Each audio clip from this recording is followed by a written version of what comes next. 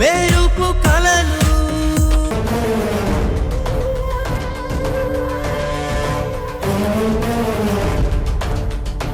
అలాంటిదేం జరగదమ్మా, నువ్వు కంగారు పడకు. నేను వెళ్ళొస్తాను. విమలమ్మా, విమలమ్మా,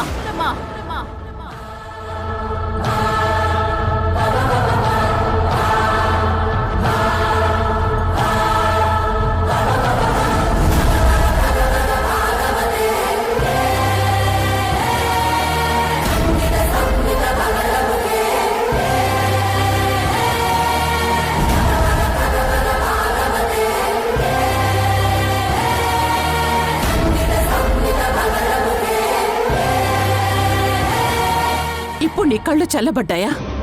ఇప్పుడు నీ మనసు ప్రశాంతంగా ఉందా? నువ్వు నన్ను సాధించానని, నన్ను వెక్కిరించడానికి, నన్ను ఓడించాను అని నన్ను చూసి నవ్వడానికి ఇక్కడికొచ్చావా? ఏంటి భాను, ఎందుకలా మాట్లాడుతున్నావు? ఇప్పుడు నేనేం చేశానని? ఇంకేం చెయ్యాలి? నా కూతుర్ని నీ ఇంటి కోడల్ని చేసుకుంటానని మా ఆయన దగ్గర మాట తీసుకున్నావు.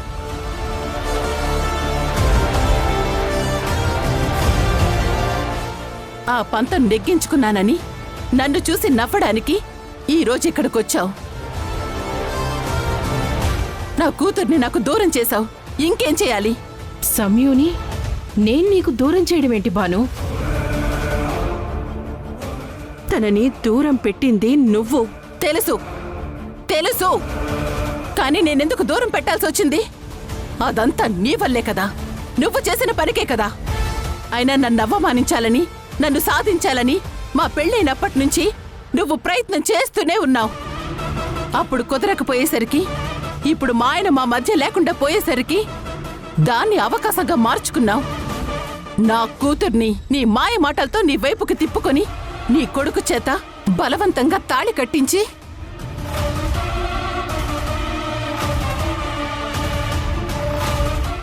చివరికి నా నుంచి నా కూతురు దూరం వెయ్యేలా చేశావు. ఇప్పుడు నీకు బావుందా? నువ్వు అనుకున్నది సాధించావు కదా, ఇంకెందుకొచ్చావు?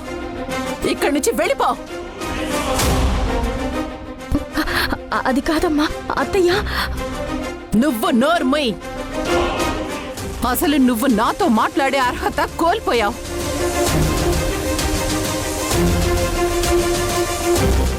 అసలేమనుకుంటున్నారు మీరు? అంటే నిన్నటి వరకు దొంగతనంగా కలుసుకున్న మీరు ఈరోజు నాకు నిజం తెలిసేసరికి డైరెక్ట్గా కలుసుకోవటం మొదలు పెట్టారా? ఇన్ని రోజులు నా కూతురికి నేనంటే భయం, ప్రేమ, అభిమానం ఉన్నాయనుకున్నాను. అవేవీ లేవు, కేవలం నటన అని అర్థమైంది. అమ్మా అది కాదు బాను, నువ్వు తప్పుగా అర్థం చేసుకుంటున్నావు. సమ్యుకి నువ్వంటే ప్రాణం. నీకోసం ఏం చేయడానికైనా సిద్ధపడుతుంది. అలాంటి సమ్యుని దూరం పెడుతున్నావు బాను. ఇంకా నేను ఎప్పుడూ మనం కలిసి ఉండాలనే కోరుకున్నాను తప్ప ఇలా విడివిడిగా ఉండాలని నేనెప్పుడూ కోరుకోలేదు. నా తమ్ముడి పిల్లలు, నా తమ్ముడి భార్య బావుండాలి, వాళ్ళకి ఏ లోటు రాకుండా చూసుకోవాలనే తాపత్రయమే ఉంది. కానీ నిన్నెప్పుడూ నేను సాధించాలని అనుకోలేదు బాను. ఎందుకు ప్రతిసారి నన్ను అపార్థం చేసుకుంటున్నావు? అపార్థం కాదు, ఇప్పుడే కరెక్ట్గా అర్థం చేసుకున్నాను మిమ్మల్ని.